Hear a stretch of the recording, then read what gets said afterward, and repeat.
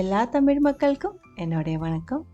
இன்னைக்கு நம்ம கேரளா சமையல் பார்க்க போகிறது ரொம்ப சிம்பிளாக இருக்கிற ஒரு அடையோட ரெசிபி தான். தோசை பேனில் இல்லைன்னா தோசை தவையில் மாவு ஊற்றி ஈஸியாக செஞ்சு எடுத்துக்கலாம். இது வந்துட்டு நாங்கள் இங்கே பிரேக்ஃபாஸ்ட்டாகவும் சாப்பிடுவேன், அதே மாதிரி ஈவினிங் டீ டைம் ஸ்நாக்காகவும் சாப்பிட்டுக்கலாம். எப்படி செய்யலான்னு பார்த்துட்டு வரலாம். அதுக்காக 2 கப் அளவுக்கு கோதுமை மாவு நான் இங்கே எடுத்துருக்கு. அதுக்குள்ளே 1/4 டீஸ்பூன் அளவுக்கு உப்பு, 1/4 டீஸ்பூன் அளவுக்கு மஞ்சத்தூள். மஞ்சத்தூள் வந்து ஆப்ஷனல் தான், வேண்டாம் மட்டும் சேர்த்தா போதும். லைட்டாக ஒரு மஞ்சள் கலர் கிடைக்கிறதுக்காக தான் நான் மஞ்சத்தூள் சேர்த்துருக்கு. உங்களுக்கு வேண்டாம் அப்படின்னா சேர்க்க வேண்டியதில்லை.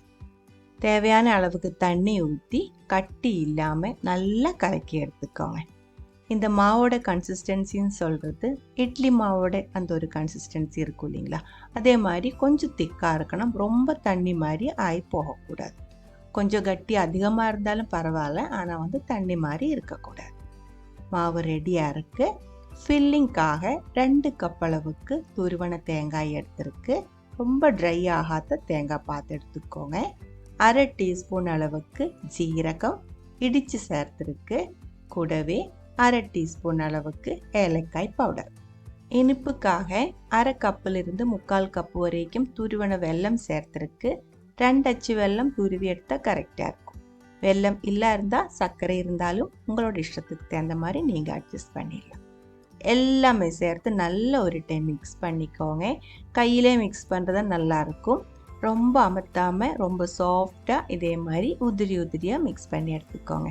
ரொம்ப அமர்த்திச்சுன்னா தேங்காய் பால் வெளியே வந்துடும். தேங்காய் பாலில் வெல்லம் ஊறி அதுக்கப்புறம் நம்ம அடைக்குள்ளே ஃபில் பண்ணும்போது அது வந்து வெளியே வர்றதுக்கான வாய்ப்பு இருக்குது. அதனால் இதே மாதிரி உதிரி உதிரியாக மிக்ஸ் பண்ணி எடுத்துக்கோங்க. இனி நம்ம அடை செஞ்சுக்கலாம். இரும்பு தவை தான் நான் வச்சுருக்கு, அயன் தவை தான் வச்சுருக்கு. நல்லா சூடானதுக்கப்புறம் கொஞ்சம் தேங்காய் எண்ணெய் தடவி விட்டுக்கோங்க. அயன் தவையாக இருந்தால் தான் நல்லா சூடானதுக்கப்புறம் எண்ணெய் தடவி விடணும். அதுக்கப்புறம் மாவு இதுக்குள்ளே ஊற்றி நல்லா இதே மாதிரி ஸ்ப்ரெட் பண்ணிக்கோங்க. மாவு ஊற்றும் போது ஓரமாக கொஞ்சம் கட்டியாக மாவு நிற்கிறதுக்கு பார்த்துக்கோங்க. அதுக்கப்புறம் நடுவில் ஃபில்லிங் வச்சுக்கலாம். நீங்கள் ஃபில்லிங் எல்லாமே வச்சு முடிக்கிறதுக்குள்ளே மாவு ஃபுல்லாக இதே மாதிரி வெந்துருச்சு அப்படின்னா கொஞ்சம் மாவு இதே மாதிரி ரவுண்டாக ஊற்றிக்கோங்க. அப்போ தான் நம்ம மடிக்கும் போது நல்லா ஒட்டி நிற்கும்.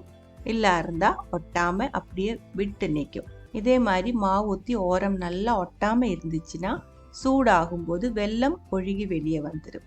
அதனால தான் நம்ம இந்த மாதிரி மாவு ஊற்றி ஓரம் வந்து நல்லா ஒட்டி இருக்கு. முதல்ல இது செஞ்சு பார்க்கும்போது தான் இந்த மாதிரி ஒரு பிரச்சனை வர்றதுக்கான வாய்ப்பு இருக்குது. இந்த மாதிரி நம்ம செஞ்சுட்டே இருக்கும்போது பழகிருச்சுன்னா நம்ம அந்த ஃபில்லிங் வைக்கிறதுக்குள்ளே மாவு வந்து வெந்து வராது. ஓரம் அப்படியே பச்சையாக இருக்கும். எக்ஸ்ட்ரா மாவு ஊற்றாமல் நம்ம மடிச்செடுக்க முடியும். பாருங்கள், அடை ரெடியாக இருக்குது. 2 சைடும் திருப்பி போட்டு இதே மாதிரி கோல்டன் கலர் ஆகிற வரைக்கும் வேக வச்சு எடுத்துருக்கு. சூடாக இருக்கும்போது மேலே வந்து கொஞ்சம் கிறிஸ்பியாக இருக்கும், உள்ளே வந்து நல்லா சாஃப்டாக இருக்கும், ஜூஸியாக இருக்கும்.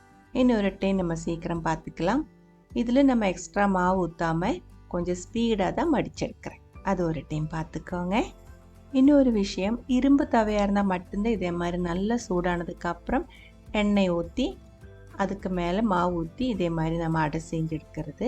நீங்கள் எடுக்கிறது நான்ஸ்டிக் தவையாக இருந்தால் தீ வந்துட்டு கம்மி பண்ணி வச்சுக்கோங்க. மீடியம் லோ ஃப்ளேமில் தான் இருக்கணும். அதுக்கப்புறம் எண்ணெய் ஊற்றவே கூடாது. எண்ணெய் ஊற்றாமல் தான் மாவு ஊற்றி இதே மாதிரி விரிச்சு எடுத்து ஃபில்லிங் வச்சு மடிச்செடுக்கணும். எண்ணெய் ஊற்றி நான்ஸ்டிக் தவையில் மாவு ஊற்றும் போது கரெக்டாக நம்மளால் விரிச்செடுக்க முடியாது. அது ஒரு டைம் பார்த்துக்கோங்க. பாருங்கள், அடை வந்து ரெடியாக இருக்குது. இந்த ஒரு ரெசிபி உங்களுக்கு பிடிச்சிருந்தா கண்டிப்பாக ட்ரை பண்ணி பாருங்கள். அதுக்கப்புறம் உங்களோட கமெண்ட்ஸ் எல்லாம் சொல்லிடுங்க.